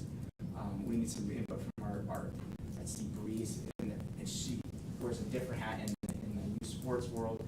We need their involvement, and we need to make sure that everyone we're taking care of Kuna, but we're also taking care of our high school coaches because we evaluate them twice. We want them to be a part of the community and do all these great things, and then we want them to win. Yeah. And sometimes do those totally align. So we're trying to get all that to work out. But last, I gotta make sure the costs are easy. We can look at all of our neighbors where they charge, and we can kind of go from there. So I guess we're asking for more time to get this correct, and kind of basically telling ourselves, telling myself that we didn't get it done yet, but we want to do it right.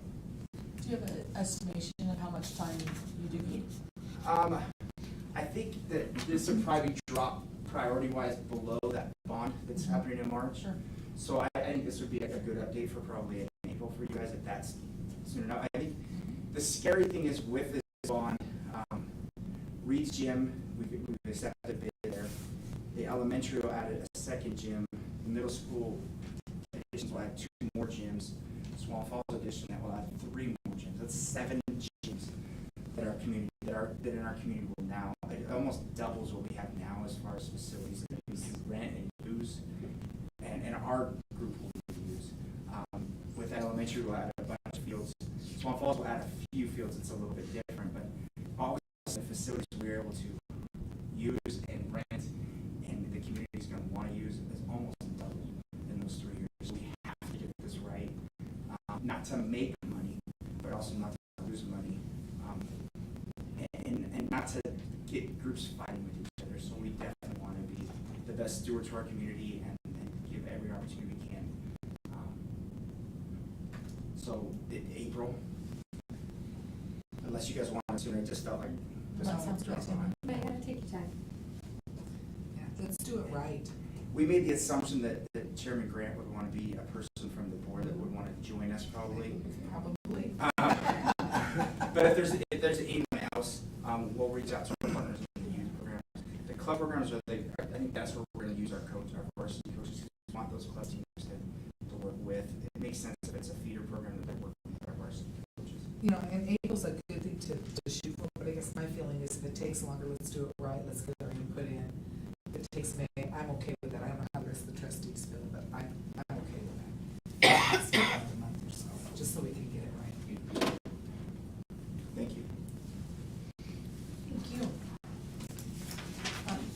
Moving on to the consent agenda, do we have a motion to approve the consent agenda? I don't know if I need to recuse myself from this. Okay. Unfortunately, I know one of the people who is a new one. So.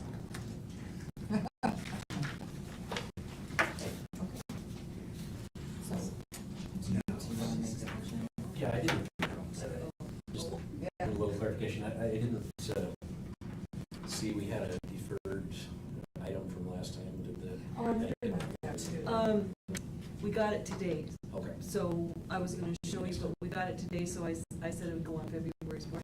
Thank you, I forgot Yeah. about that. I didn't get a chance to tell you that before. Yeah, with that clarification, I will make a motion to approve the consent agenda. A second. All in favor? Aye.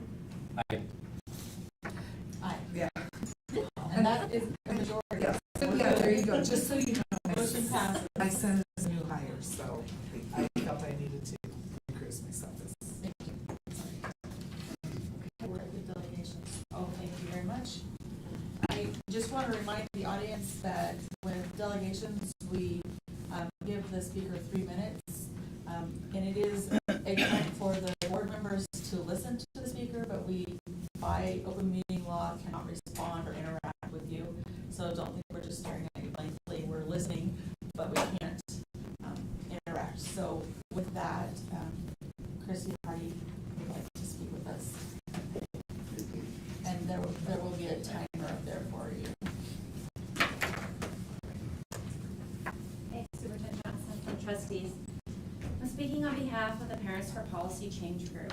We submitted recommendations for edits to policy number 644, controversial topics, on the 1st of December.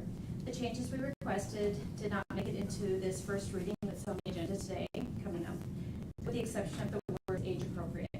I'm here to ask that you reinsert the verbiage, or at least the intent, back into policy that we proposed. I will specify the first 2 sentences of the original policy we welcome to remain as it gives context, but it has been struck out. Next, we asked for a parental piece to be added. Perhaps where we originally located it was not ideal, so we asked that it go there, where it says, if the principal determines that the subject matter, methodology, or materials are possibly controversial, that effectively address some aspect of the curriculum, the teacher and the principal will notify the parents or guardians, and an opt-in permission email will be sent. So that would replace that will determine what notification, if any, should be provided. Basically, if the teacher feels the need to check in with the principal before presenting something in class due to the controversial nature of it, we feel it's reasonable to also check in with the parents. Then we added 2 paragraphs at the end that did make the cut. I'd like you to consider putting them back in. The first one creates parameters for teachers, and the second, the definition of controversial. We feel that our requests are reasonable and reflect the desires of the community. We started this organized effort in August. We haven't gotten very far. Just one of the 5 policies is now up for discussion, and the important piece was gone, the parent piece. So it's very disappointing. In my opinion, ignoring parents' concerns will get us something, which is vouchers. I'm a believer in the public education system, and I think vouchers will dismantle it. I'm here in an effort to fight for a public education system. I know that the buzz in the community that there is parents drawing a line in the sand where they say, this is as far as I will accept, and then I pull my kid out. And then that turns into alternative schooling, and they'll look for legislators who will allow them to take the money that was reserved for their kid to another place, which is vouchers. Bonds and passes will not pass at that point if parents always looking for other education opportunities. In summary, we're asking you to seriously consider a policy change request, including the specifics I talked about here. We'd also like to ask that our student pronoun policy come up for a first reading next month. So we can get started on that one. I can see no reason to delay it. It doesn't have to do with negotiations with teachers' working conditions, and it is our next priority. I will leave copies of what I talked about with you for reference, and I thank you.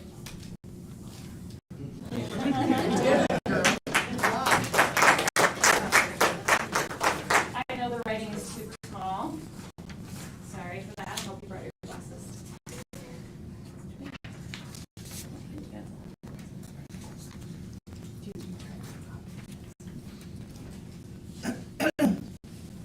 Okay, now we'll move on to unfinished business, the update on the collaboration with the city of Kuna. Trustee Johnson. Sure. Superintendent Johnson asked me to talk about this a little bit and just kind of update you where we were. Things have changed quite a bit since August, I would say, as far as where we are now as opposed to where we were then, and most of it, I think, almost all of it is positive changes. We've agreed that there's, at the instigation of the city attorney, we have worked on some legislation, some proposed legislation on impact fees. We're also aware that there are lots of other impact fee bills that are proposed bills that are out there. So far, we kind of like ours the best, but we don't have a sponsor, and so we may need to kind of do some collaboration with those other folks, and eventually we're going to need to get to what's the best alternative and go with that. The city had obtained authorization, explicit authorization to send a joint letter with us, discussing with other cities in our area as well as other school districts, and attempting to kind of grow that coalition or grow that group. We had a Zoom meeting Monday, and we had some participation from some other districts, and we kind of talked about that. So we've gone from having a hard time scheduling a meeting every 2 or 3 months to basically having a meeting once a week at this point. we have a Zoom meeting over the last month or so, at least once a week, if not more, which is a good thing, and it's been necessary in order to kind of hash out this language, and our attorney Jill Malenka had quite a bit of input and was involved in that process, and so I don't know if there's any other specific things that we need to discuss. Or Yeah, you may not want me to add this, but you all know Trustee Johnson is really the reason why we are where we are as far as progress. He won't take credit because he's humble, but it's true. He did the research with Jill, and he was adamant that that the words matter in statute, and I've learned a lot personally because I'm an educator. I'm not a land use planning act expert, but I've learned a lot from his and Jill's work. So I truly don't think we'd be where we are as far as that collaboration without his leadership in that, honestly, because there was different views, right, about what schools can do, and they help to change the opinion of the city's attorney using actual statute. What does this mean? So I really appreciate. I don't think we'd be where we were if it, and I'm not brown nosing. I'm being honest. I think everybody, if Danielle was here, she'd say the same thing. We would not be in a good place where we're co-creating legislation. That's huge in a couple of months. And we weren't feeling real great about each other. Now we're feeling better. It's not perfect yet, but it's better. So that's good. It's good for our patrons when we work together. It's good for the kids. Yeah, absolutely. So. Well, I appreciate that. It's been a huge team effort. I mean, and yeah. the mayor has, yes. and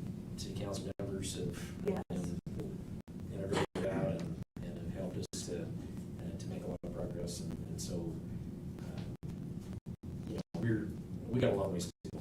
Still, we haven't really done anything yet, other than we feel a lot better about where we are, but as far as actually getting something accomplished that's tangible, we still have things to go on that. But, we've had several just random strangers from an article that was in the paper about the work say, hey, we'll help, or did you know, or hey, that was my idea first, you know, kind of a little bit of that. So it's kind of interesting to know what the trustees have started. Good work. I guess it's, you know, I do think it's a pretty big deal that the city explicitly authorizes to use their city logo and to do with our logo as well. I think that's, and you know, we've had lots of other good things. The mayor invited us if we ever ran into trouble with the snow again, then we, you know, we would be able to use their snow equipment. You know, things have improved quite a bit from where they were. So. Thank you, Trustee Johnson, for your work and securing help from the city. We appreciate that. So now let's move on to the part of our meeting where we do our school board meeting resolution, where we pick the dates and times and location of our 2023 board meetings. So is anybody interested in changing time, like the date or the time that we start our meeting? No, I don't think so. I will tell you, I will be gone in June, and so it looks like that's one of those months where it could be 4 weeks or 5 weeks in between. So if the rest of the board is interested in moving it to the 3rd, we could consider doing that. If you want me to just not be here, then we don't want you to not be here. So, but I won't be here on June. You can always zoom in. Hopefully I'll be on a boat or on Salmon River. What? You don't want to zoom in. But it's, you know, it's either, I guess it's the 13th, sorry. So it July, moving it to the 6th if we want to do that. That probably would cause a huge problem because it'd be 4 weeks in between May and June that way, and then it'd be 5 weeks until July. But move it to, you want to move it to June 6th? That would work for me but JD's not here, so I don't want to cause problems for him. I have no problem with that. I don't have a problem either. Okay with that, Christine? Okay. That move would be good from a finishing off this school year with negotiations, because then typically we ratify and then we have to wait. We want to get contracts out as soon as possible so that we don't lose teachers to other districts. So that works great for us too. Okay. And everybody's still good with 6:30? That's our start time? Unless we have executive. Yeah. Where's that? That gets factored in. Then hold them here in the conference room unless we expect a big crowd, which everyone would be notified anyway. So I need a motion in regards to what we just discussed.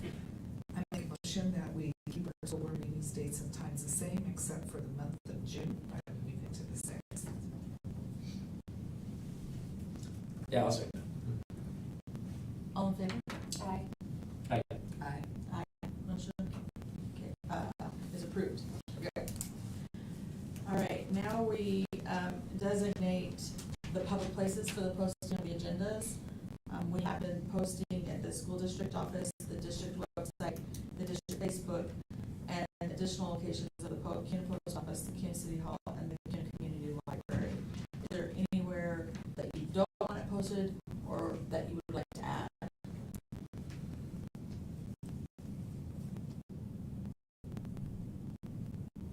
No. Can't think of anything.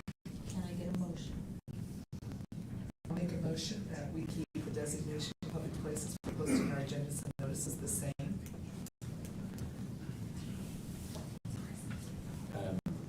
Yeah, I'll say that as it's listed in the agenda. All in favor? Aye. Aye. Aye. Aye. Motion carries. All right, now we need to consider a collaboration agreement and easement with the city of Kuna. Director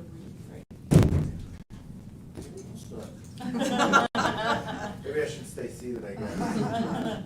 Vice Chair Thomas and trustees, thanks for letting me add a late addition to the agenda.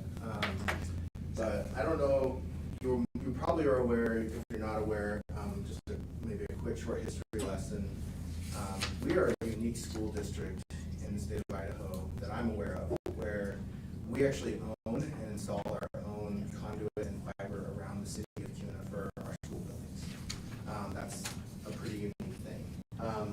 That's been happening for a lot of years, and one of the reasons that has happened is because of the strong collaborative relationship that our school district and our IT department, specifically Tim Ober, working with Mike Borjig at the City Kuna Public Works Department. And so we have had a long collaborative relationship with them, and it's really benefited our school, and it has benefited the city in some ways too. So, and it's really, at the end of the day, honestly, it benefits the taxpayers of Kuna.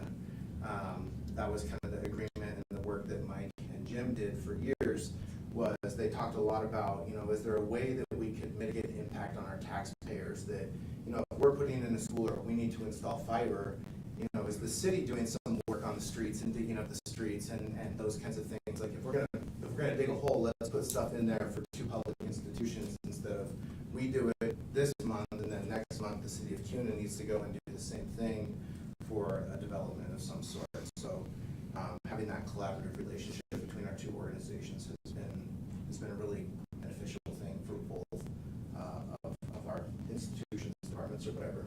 So what you have before you tonight is basically an MOU kind of detailing and just describing how we can continue that collaborative relationship. Since I've taken on this role, I've met with Mike at the City of Kuna Public Works Department, 4 times, Robbie? Where did he we went to basketball game. We've met with Mike several times. Jim's been with us, and we've kind of implemented that relationship and have lots of conversations about future projects, plans. We have 100 acres that we need to figure out how to get fiber to down at the bend, and we are going to be putting a new school in across Meridian Road, and so there's lots of these kinds of projects that are happening that we need to work on. So the MOU in front of you is just kind of describing for you some of the things that we're going to continue to work on and collaborate on. And then in addition to that, you have the specific issue of the easement that the city is asking us if they can use, just dig underneath the playground, the back part of the Silvertree property. Specifically in that MOU, I do want to point out, because of our unique design where we own our own fiber in the city, you may have heard about an instance recently where our fiber got hit by a contractor that was digging up the road, and so we're currently kind of hashing out who's responsible for that. But one of the key things is that because we own that fiber, when somebody calls dig line, we have to go mark that fiber because it's ours. And we talked to Mike about that, and they work with a lot of developers. And one of the things that he has shared with me that he wants to work with us on is they have guys that do that. That's all they do. They geek out on it. It's their thing. I don't know. They like finding things underground. But he's been working with us, and we're gonna put a plan in place where they will help us geolocate all of our fiber, map it, and know exactly where it's at, and that will make it much easier to locate, and it will make it a much easier process for any developers that are going to go in and do work or look at doing work to develop neighborhoods in the city of Kuna. So that is a huge benefit to us as a school district that's laid out in that MOU. And there's a few other things in there that you have before you that you can see too. But specifically, I just want to point out on the Silver Trail property, what they are asking us for is, you'll see the lines in orange. These are the existing conduit and fiber that we own on this property, on our property. And then the easement that they're asking for is just this piece right here to go across the back of the Silver Trail property, and then they're going to bring it down on their property so that they can serve the subdivision that they're working on down there. Does that make sense? And so they're asking us, but you're not going to understand what you're saying. They're asking us to give an easement so that they can go from ours and to connect it. Yeah, to Yep. connect it. Mhm. And they're gonna bore underground. They're not digging it up. Okay. And in exchange, they're gonna help us geomap our existing stuff. Correct. So win-win? And there's a couple other things. So, I mean, we could, man, if I get Mike in here, he'll blow your mind. I tell you, that guy's a genius. But if you look at a map of the city of Kuna and you look at where there's like developers doing work, and one of the things Mike talks to his developers about is making sure that when you're doing a subdivision, you're putting 3 conduit in the ground, and one of those is specifically designed for the city or for the school district. He's asking developers to do that work as they install. That's something that is normal. It's not normal for him to really consider our school district in that process. And so when we do those, when they have developers doing that kind of work, if you were to look at the map of the city of Kuna, and it's like, how do we get fiber down here to the 100 acres? And how do we get it from Kuna High all the way down there and zigzag through? And it's like, we sat down and kind of talked this through. It was going to be really expensive, like really expensive for us to do that. But because of the collaboration, we figured out a way to get around and get through. That's really going to cost us a very small amount of what it would normally cost. There's some other plans to talk about trying to put a loop of fiber around the top. Think of a map, right? The top of Swan Falls, like we have fiber that runs from Kuna High to Swan Falls, and if we can put a loop across the top, Mike is going to help us with that, so that if we ever have an issue, like we experienced here a few weeks ago, we would have 2 ways to get internet to that building, and so we're not just dependent on that one single strand, 96 strand fiber. And this has been reviewed by our attorney. Yep. Yeah, what you have before you, Mike had his folks work on it, sent us a draft. He and I collaborated on the MOU. We sent it to Jill. Jill went through it very well, and so you have a pretty polished plan in front of you. So I think the action tonight is to vote on approving the easement And the agreement. And the agreement. So it sounds like a win-win for us. It is. Yeah. So I'll make a motion that we accept the collaboration agreement and the easement with the city of Kuna. I'll second that. All in favor? Aye. Aye. Aye. Motion carries. Thank you. Next up is the first reading of an update to policy 644, controversial issues. Superintendent Johnson. Vice Chairman and trustees, as you know, we have quite a backlog of policies that we're going to update as needed. You heard tonight from Mrs. some recommendations that they made. I have worked with our attorney to review them. This particular policy controversial issue was in the backlog and identified to review and update. There's just some things that she pointed out. The first thing you should know is everything as it states here is up for your revision, right? And just for everybody in the room, a first reading is like I was an English teacher, a really messy draft. And so it's an opportunity to get peer editing, input, and then you come back with maybe a more polished draft. And it's another opportunity to make changes on behalf of the board. The board can do as many readings as possible. In our practice and policy is 3. When deciding what to present, I presented basically the recommendations from the attorney with one issue that she really didn't have feedback on, but I will share with you the feedback that she gave from the original submission from the policy group, if you would like. Because I was a bit confused by this policy has been in place for quite some time, and the first 2 statements kind of give context for why we do what we do. And she said it's a little bit tighter, which is why she asked to remove it. But she also brought up some things like we talk about religious propaganda. I don't personally view Christmas as religious propaganda, but there are people that are out there. In our community, in our celebrations, we talk about a Christmas party with our students. And so she brought that up as something that if we have that there could be a case made that we shouldn't be doing that. And I don't know if that's 100% of the value of our community. So she just said keeping it a little tighter. That was just one example, but of course you could keep it as you wish. And then the age appropriate, she was like, that totally makes sense. We probably should have had that in the original draft. In the example that Mrs. Hardy provided you, there was some other input to just consider. The opt-in permission, she suggested opt-out is less liability once information has been shared with parents. And we talk a lot about correcting teachers when they express their personal opinions on things. We don't believe our training as educators within our code of ethics specifically states that we're not to share our personal values and opinions with students.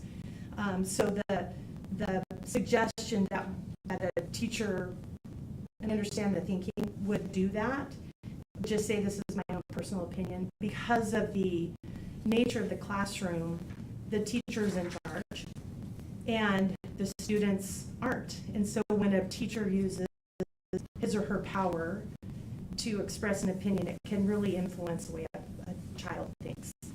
It's different than presenting both sides of an issue. So that was why she suggested that not be included. Again, you can do that. It is a bit counter to the code of ethics within Idaho's teacher preparation. And then the last suggestion, not included in this, but included in the suggestion, and I think where it talks about what a controversial issue means, the description of a personal value-based system and its impact on a student.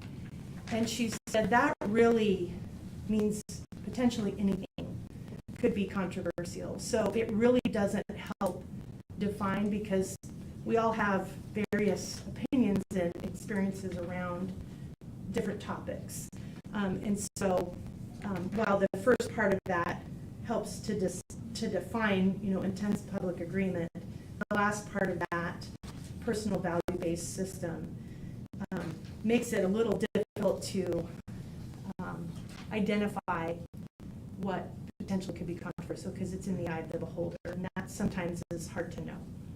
So that was the input from the attorney. My summary of it.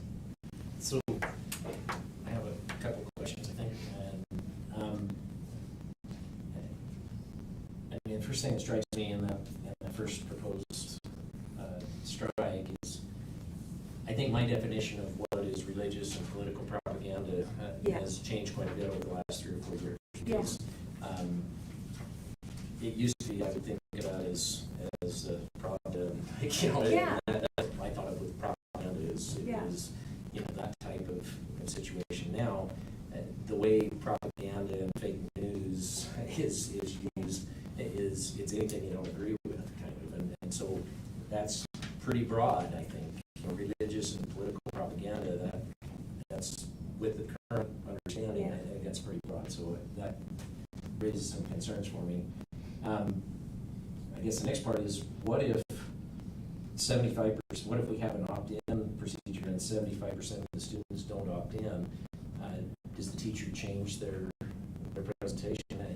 What's the level of participation by parents that is acceptable? It seems like there's some potential issues there if you just have parents who are not engaging. Some parents are very engaged and do things, and other parents don't really participate and don't really respond. So I think that creates some potential issues. And then, the last section here, I guess I'm not saying that something couldn't be added or couldn't be done, but I have some concerns with how broad that language is. I don't know. I think we put our teachers in a tough spot as far as a controversial issue means anything that is a subject of intense public argument, disagreement or disapproval.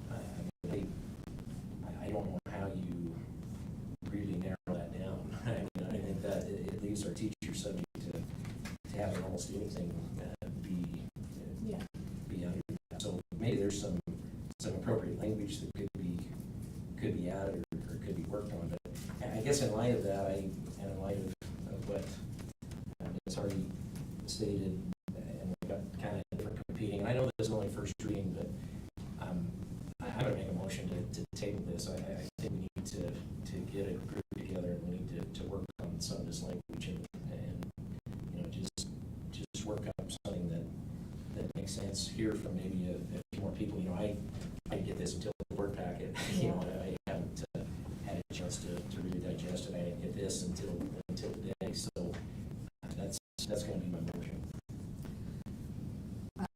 I guess as far as I'm concerned, I want to thank the parents for the policy change. I think it's a good thing to do. I think it's something we need to look at. I definitely agree with that. I do have some problems, as Trustee Johnson mentioned, with some of the classrooms not appropriate for religious and political propaganda. And I'll just kind of talk from my point of view. I'm proud that we sing the Hallelujah chorus at our concerts. And I'm proud that we do some of that stuff. I remember telling my mom, I teach in Kuna and we sing songs that are Christmas songs. I don't want to see that go away. And I'm afraid, personally, this is my personal, when you say religious and political propaganda, that opens the door for someone on the other side to say, wait, you can't do that. And I don't want that to happen. And that's just my thoughts. I do, honestly, feel that we need to do something. Parents need to have a chair at this table. And I do believe, I'm not sure about the opt-in, opt-out, I see that in the yellow. I understand, I talked with Christy last night. I understand where she's coming from. Whether you do opt-in or opt-out, I think it's something that we need to take a look at. Maybe we need to do email. Because kids that forget to show a permission slip for something are going to forget to opt in or opt out. I've had children in 8th grade and 5th grade. In fact, I have had pictures at the bottom of my son's backpack going, what? I paid good money for these. So I understand that. And maybe we need to look at something else. And I kind of agree with Trustee Johnson. I'm not against this at all. I just think that we need to take a look at it. And the Kuna way is to involve as many people as we can. And I guess I'm looking at it from, let's involve some teachers. This is going to be something they are going to have to do. And look, let's involve parents from the policy change. Let's involve some other parents that maybe have some other views. Let's involve some students who it might affect. I think the more people that buy in, the better it is. And I would like to see some time. I did see this last paragraph, the yellow, an educator expresses a personal opinion. I'd like to hear what our lawyer has to say about it. I'd like to see what the teachers say about it. I'd like to see what you guys have to say about it. But I appreciate it, and I think we need to have some policies. I know parents are concerned, and I understand that. And I think we need to have some policies for that. I really do. But that's my feeling. So maybe I kind of agree with you, Superintendent. Sorry, I moved you. You're so good. Trustee Johnson, I made you superintendent. Anyway, yeah, I kind of maybe agree with maybe we need to, I'm not against it, but maybe we need to take a look at it. I don't know how other people feel, but that's kind of where I'm and feeling. I appreciate it. I'm glad they did the work. It's a lot of work to do this, to look at it. And I know what you've done. And I just think there's some things that we can even do better. But that's my thoughts. So we have a motion on the floor. Do we have a second? Did you want to say anything, Kirsty? more we can do. It's fine. I was just gonna say that it's just important for the parents to have some way to be involved. Like you said, it does need some verbiage changes, I think, to make it sound better as far as, I mean, what you guys were saying. But overall, it's really just about making sure parents have that piece and that everyone can work together and collaborate. I think my concerns are the same. I'm echoing the same thing here, and they sound like a broken record here, but the opt-in, I would probably be more inclined to an opt-out for the same reasons. There's going to be parents who are not going to return that form, but if you opt out, then the parents who do care get the opportunity to still have that voice and say, no, don't teach that to my kid. And maybe we should do electronically. Maybe Yeah, that should be something that should be said. Yeah. You know. Agreed. Well, that's on there, email permission. Yeah, but it adds more to teachers. And so that's why. Yeah, that's true. But it's important. Yeah. And then that personal value-based system, verbiage, everybody in this room has a different value level that they want their kids to be taught at. And every person has, and so holding our teachers to that standard, there are already so many things that are required of them, that some of them are scared to say anything, and I think this would just complicate that matter more, so better verbiage there would be my choice. And I think too, this is gonna add some training to our teachers. They're gonna have some training in some things. And I think we need to be ready for that too and understand. They're gonna have to understand what this policy means and what they can do and can't do. So. Okay, so do we have a second to the motion? What's the motion? Motion to table, so that we can do some collaboration. Well, I'm not for tabling. I understand you said to be tested and do verbiage and that sort of thing, but I'm not. I think he's saying tabling it for further votes on the reading until that happens. The second, like next month, the day of. Yeah, so if we were to approve this, then it could come up for a vote for second reading next month. But what he's saying is, let's go through a process, let's work with the verbiage of this, let's make it right, and then come back and vote the second time. Can we make sure that the parent for policy change understand what the process is too? Yeah. Yes. Well, this is my first time with policy too, so I'm trying to understand. Yeah. So what I said, does that make sense? It does. Oh, makes sense. I mean, I just feel better, even though it's a first reading, once you tip over the hill and you start kind of down the hill, then we may or may not be able to get it on the right track. And to me, It's important. I think there's a need to definitely look at it and definitely consider these things. But I think just because of kind of there's already a divergence of opinion here, and we've got basically got two different graphs in front of us, and so it seems to make sense to me to kind of take a little beat here and get it right before we start down the first reading. So when you're saying table, because I want everyone to understand, you're saying, we're not saying no to this. No. What we're saying is we just want more time and we want more input. Is that what we're saying when we say table? And are we giving them a time frame that we're looking at this? Well, I mean, my motion is just to table for an indefinite time, but it won't go away. I mean, I'm not anticipating that that we won't revisit this issue, and I'm sure Superintendent Johnson will. Absolutely. The parents group will, will make sure that we bring that back, and we should bring it back. Yeah. And we should. I agree. Okay. So He has a motion. I'm going to go ahead and second it. all in favor? Just gonna say no. I'm going to say aye. Aye. Motion carries. We will work on word crafting this and making it what's best for everybody involved. All right.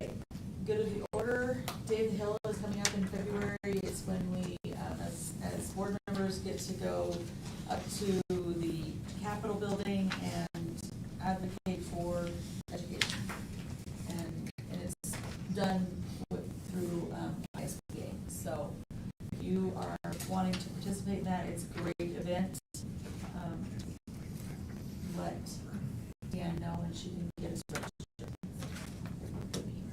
Okay? All right. Do I have a motion to adjourn? Calvin, to I'll second it. All in favor? Aye. Aye. Aye.